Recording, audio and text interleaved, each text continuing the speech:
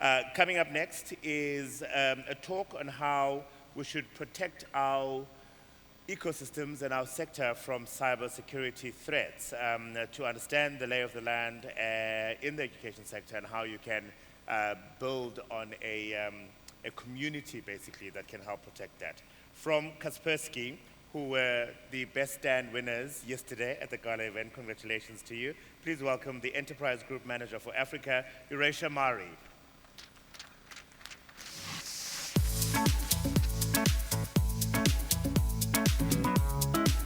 You're going to need a clicker, hey? Can we have the clicker back, please? Thank you very much. Great.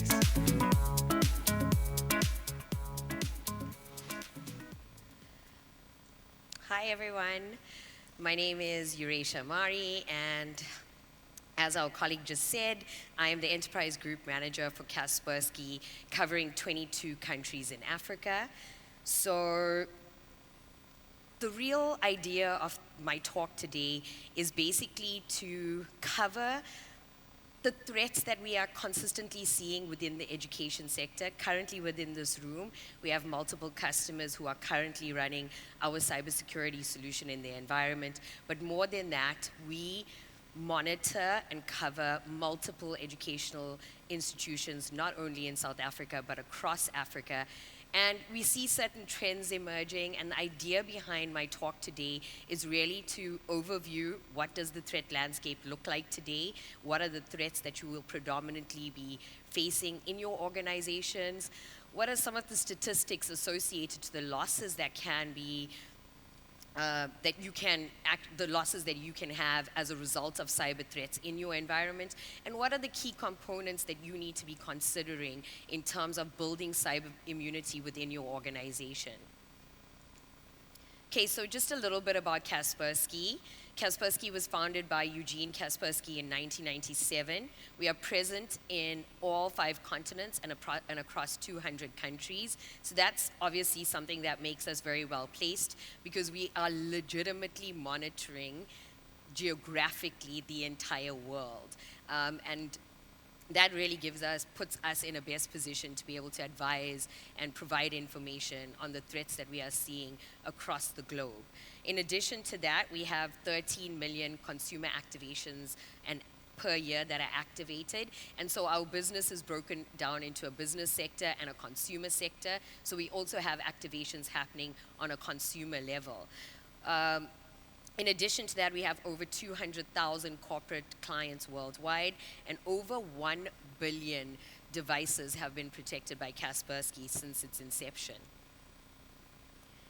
This slide is really talking to our transparency initiatives and centers that we have in place. So they are across the globe, and we are the only cybersecurity vendor that has these transparency initiatives in place. The idea behind it is a facility for customers to understand where their data is stored, how is it processed, allows customers to come in, review the source code, make sure there's no spyware, backdoors, they can bring their own independent testers, and it's really to provide comfort and security to our customers as a whole. So if at any point in time any of you have questions on our transparency centers, on our bug bounty programs, please feel free to come chat to me and my colleague Senzo. We have a stand. You know, yesterday we won the prize for the best medium stand at the conference. Okay, so where does Kaspersky get its analytical data from? Where am I pulling the data that I'm going to be showing you today? So it's across multiple different segments. We have a team called the Global Research and Analysis Team, and they discover, or their main focus is to research the most sophisticated attacks. We also have a threat research center that basically has analysts and researchers monitoring the dark web, the deep web, the surface web, just to make sure that we're on top of our game and we can avoid zero-day vulnerabilities. We also have AI technology research, and we all know AI is a buzzword right now in the technology space.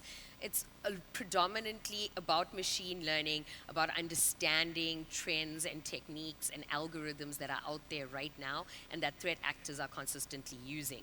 In addition to that, we also have a multitude of services: incident response services, managed detection and response services, compromise assessment services. By providing those services to our customers, it gives us access to the telemetry and the information that we are reviewing on an ongoing basis.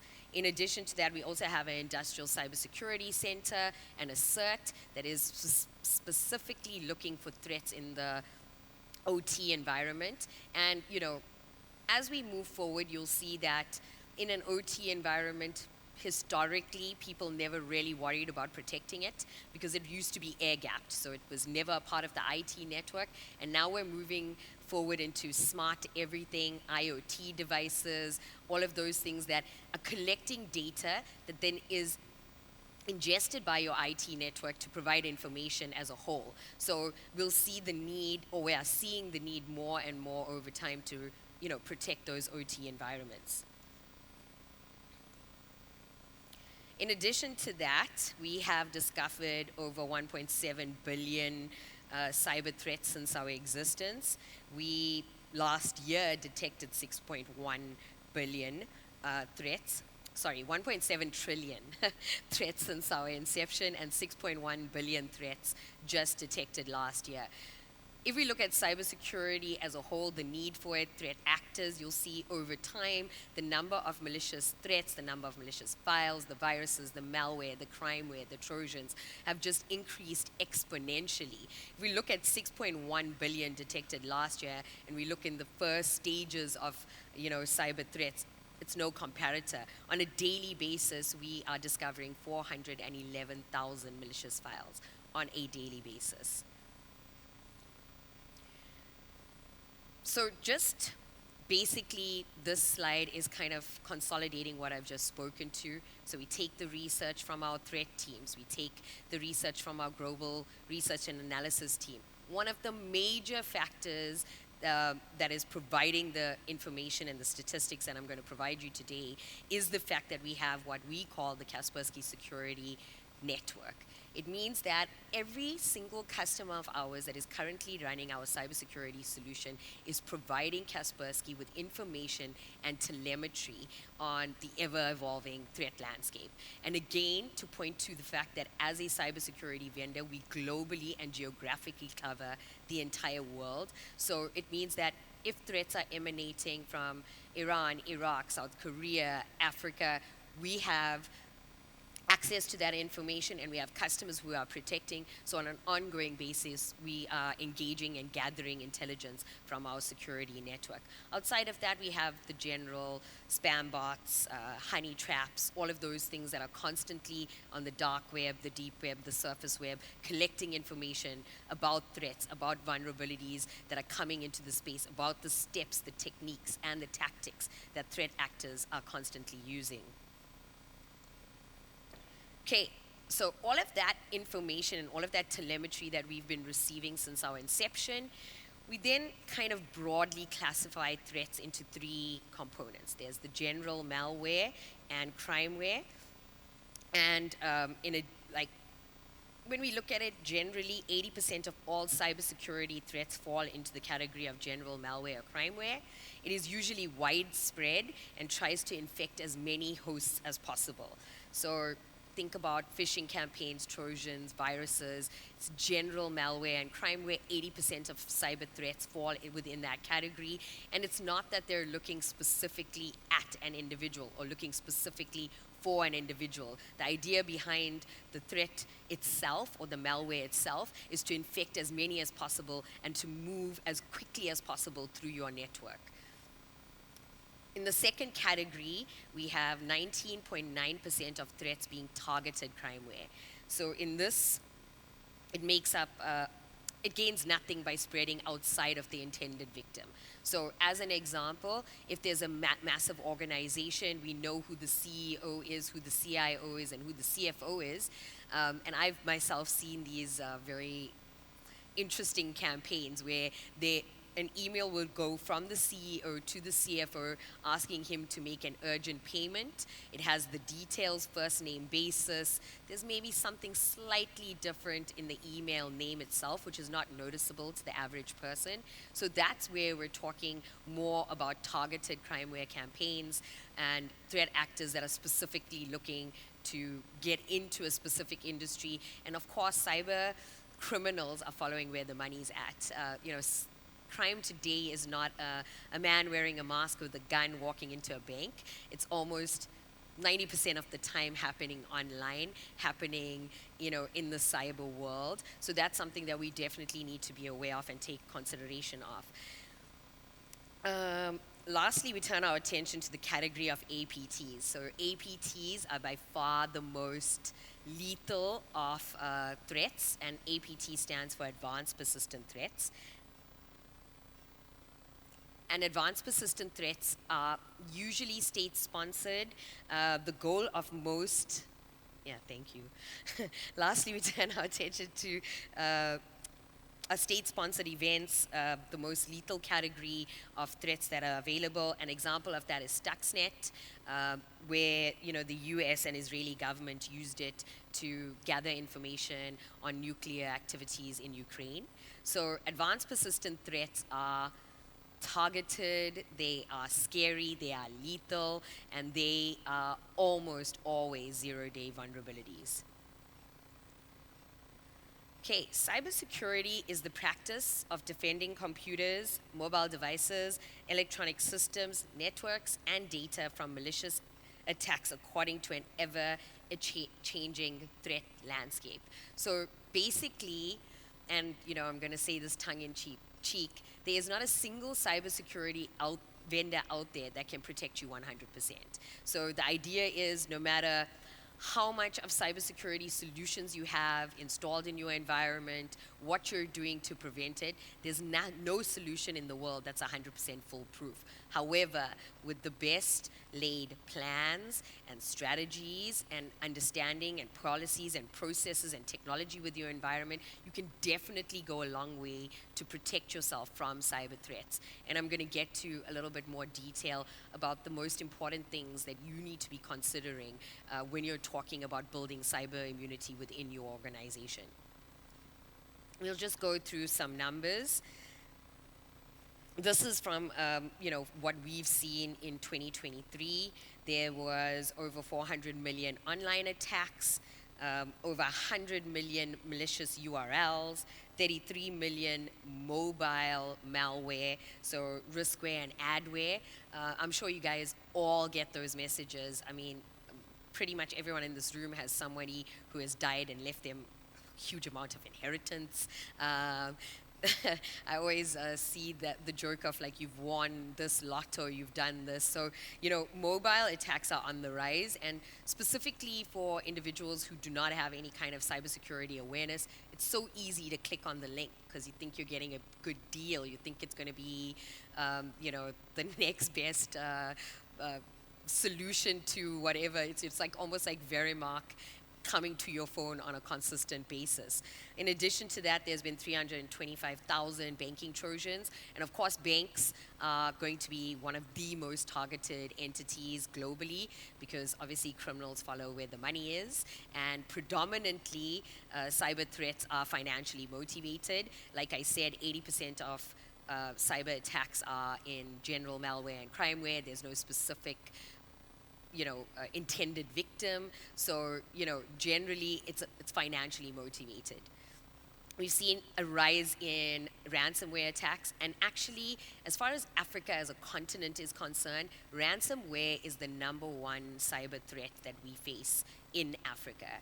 And really, ransomware is about encrypting your confidential information or data within your organization that can be very key to your ongoing business processes, and then requiring you to provide a ransom in order for you to get the decryption key.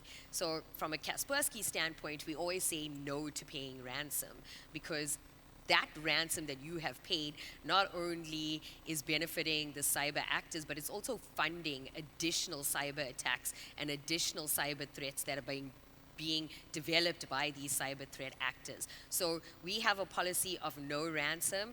However, we've seen that definitely with organizations that do not have a good business continuity, a good backup plan, it's almost 100% hit rate that they do pay the ransomware, but there are no guarantees that you will get the key to decrypt your information and therefore have access to your information. But many of these organizations are at a point where they have no other option, so they have to risk it, or they lose all of their data, which could be crippling to their organization as a whole, maybe even potentially result in insolvency. So there are, massive consequences to it. However, we have a team that can potentially decrypt that information for you. However, I would say 80% of the time it's very unlikely to be able to do so. So it's better to make sure that you have a backup, a redundancy plan in place to make sure that, okay, we've been hit by ransomware this morning, but the last backup happened last night. So at least I know all of the information right up until last night is protected, and then there's not much of a loss that is associated to that ransomware attack. Of course, crypto mining attacks are on the rise. You can see it's consistent. Many of the assessments that we do in customers' environments to be able to give them an understanding of their cybersecurity posture almost always has crypto mining happening. Their servers being attacked and being utilized to crypto mine. Okay, the most common threats that we are seeing in the education sector, like I said, ransomware is number one. So definitely it's still at the top of the agenda for cyber criminals with an increase in DDoS attacks and crypto mining. For 3 years in a row, file encryption has been the number one problem faced by our customers. The average loss of a successful cyber attack within the small to medium business space is sitting at $105,000 and within the enterprise space is $1 million and upwards. 71% of attacks are, like I said, financially motivated. This is just a brief on the number of reported incidents and the number of clients. As you can see, the education sector makes it, again, because I think that data has now become such a valuable resource. We always use the term that there's a data lake, and now there's whole businesses being created just to create business intelligence to take that data and make it usable. And for every industry here, information, data about our previous customers, about trends in our market is all being utilized by our businesses on an ongoing basis to make executive decisions. So I definitely think specifically within the education sector, there's a lot of personal identifiable information that comes with its own regulatory requirements that you as organizations need to comply with, which includes securing that data, how you process that data. So, data is for sure a target, and the education sector as a whole for sure is a target for threat actors because you have access to all of this confidential information, and then they want to utilize it to get some sort of financial reward from you. Again, we'll see that the most targeted industries, sectors with critical infrastructure such as government and financial sector customers seem to experience a higher proportion of reported incidents, possibly due to their attractiveness to threat actors, again, because their impact can be massive and they can put that customer in a corner and make them pay the ransomware. If it's a small-time operation and their data is encrypted, they'd probably take the loss and start again. But when you're a massive organization with, like the last lady said, a university being around for 100 years, you're not going to just say goodbye to all of that data that you've received. So you need to be able to protect it. You can see that the education sector features amongst the most targeted industries with a focus again on data encryption associated to ransomware and phishing campaigns being the most common form of cyber threat. This is just a slide on the severity of the incidents. You can see in the education sector currently it's still predominantly associated to medium impact severity cases. So again, the general malware, the general crimeware, some targeted crimeware, but APTs do not specifically pay a lot of attention at this point to clients within the education sector. Okay, now we get to the fun part. I was laughingly saying to my colleague that one of our customers inspired the slide uh, because, when you have customers and you engage with them, you get to see where are the problems, where are the gaps, where are the loopholes, and what do they need to do to protect their environments. So this slide is really talking to how do you build cyber immunity? What are the key domains for consideration? And it's not just about buying Kaspersky, which for sure is one of the things, but it's about so much more than that. Specifically, this customer was running our managed detection and response solution. So really, we're talking about organizations that do not have the staff complement to be able to have cybersecurity dedicated team. It's usually an individual within the IT team also looking after cybersecurity. So, there's a lack of skill, there's a lack of resourcing, resources cost money. So managed detection and response is a great solution to be able to assist a client to be able to sleep at night. However, managed detection and response can only work if, number one, it's installed correctly.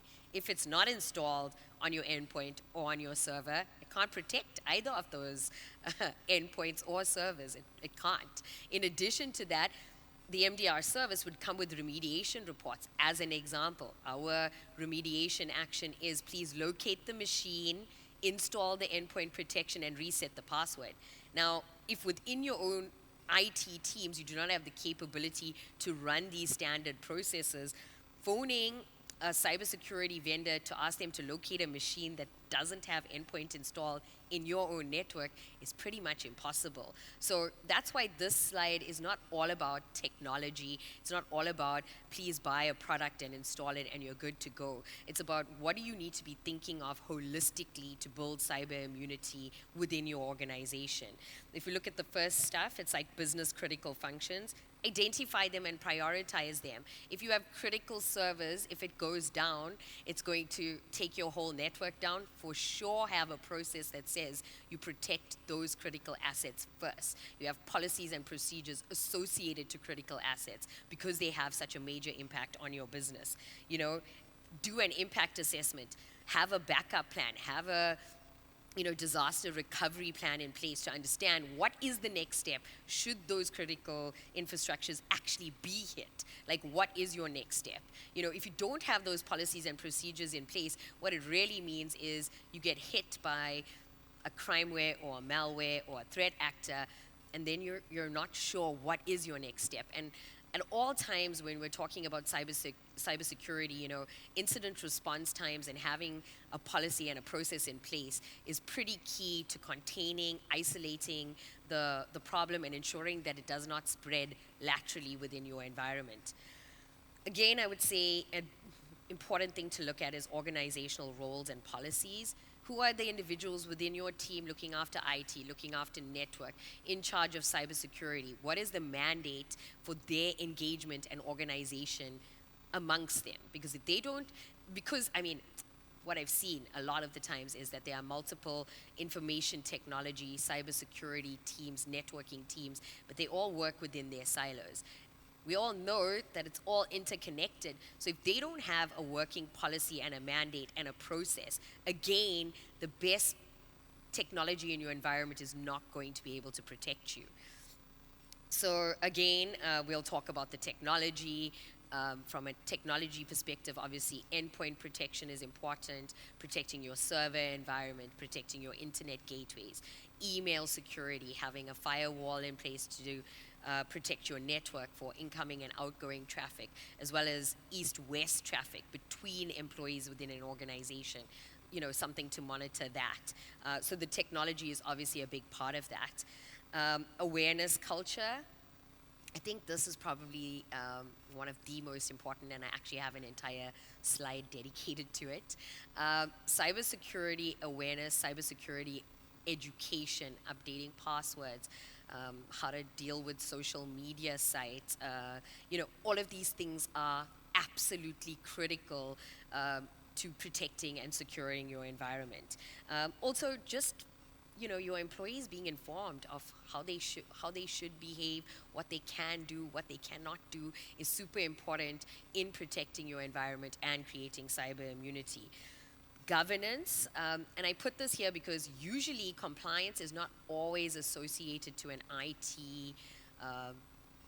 responsibility, but there is definitely an overlap. And here again, you want engagement, you want understanding and communication between your compliance division and your IT division, because a lot of what the compliance team needs to do in terms of how is data processed, how is it stored, how is it secured, overlaps with your IT team. So it's really important for there to be open communication channels, understanding what is each person's roles and responsibility, and also really outlining within an organization how each of those teams interact and integrate with each other.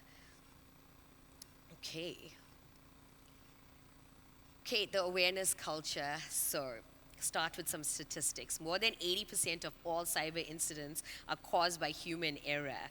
A culture of cyber safe behavior together with fundamental cybersecurity skills and awareness throughout your organization is going to go a massive way in protecting you from cyber threats, because 80% of cyber threats are as a result of human error. So it is super important that you have cybersecurity awareness, campaigns, education. Gamified tools are a great way to edutain your employees, because it's small, short, gamified tools that are really creating, some entertainment and some knowledge being transferred. And, an employee has a job to do. They have a job description, they have a core focus, what they need to do every day, and all of these test compliance can be a little bit of a nuisance and not really be given a lot of attention. So therefore, gamified tools, security awareness, security training within your organization, you can make it entertaining and you can make it relevant. I also think it's important to run some, phishing simulations and simulations within your environment to test if your employees who have been educated sufficiently. You always want to do a gap analysis to estimate individuals who do have the knowledge and have the ability to understand what's going on versus those that may need a little bit more attention, a few more modules, a little bit more direct engagement. So definitely security awareness and security training is probably one of the most important components that every single organization should be considering. That's on the security awareness side of things. Organizational roles and policies. Again, this is not really about cybersecurity technology, but it's really about having a clear hierarchy, a clear indication of what are the roles and responsibilities between all of the teams in your technology environment and your compliance department, having policies and processes in place. There is so many times when customers are impacted by threat actors and they don't know what to do. And they don't know what to do because you have, as an organization, has not considered that. You have not put in place a policy, a process. What is the next step? If we are hit with malware, we should be having some isolation tasks. We should be having some containment tasks. We should be doing some active threat hunting. Maybe we're going to purchase some incident response services to get external third-party help. But either way, without a policy, basically everybody is running in a different direction. That's why if you as a business classify certain endpoints, certain infrastructure, certain servers as critical, then you have a process that says in that instance you're definitely going to use incident response retainer services to engage because that's a business critical operation. However, if it hits my computer and I am just in the operations department, not too critical, you're not going to deploy incident response services. You're probably going to isolate my machine, resolve the issue and then move on. So those policies and procedures are so key to ensuring that you have the right capability to act when a threat hits your organization, and it is a proactive measure. So to create a business continuity plan, a business redundancy plan, have policies and process and incident response plan after the fact is not going to help you. You have to engage and understand what that is right up front to enable you for when you are a victim of a cyber threat to be able to take the right actions and steps. Set rules, password management rules. We have a solution called our Digital Footprint Intelligence Solution.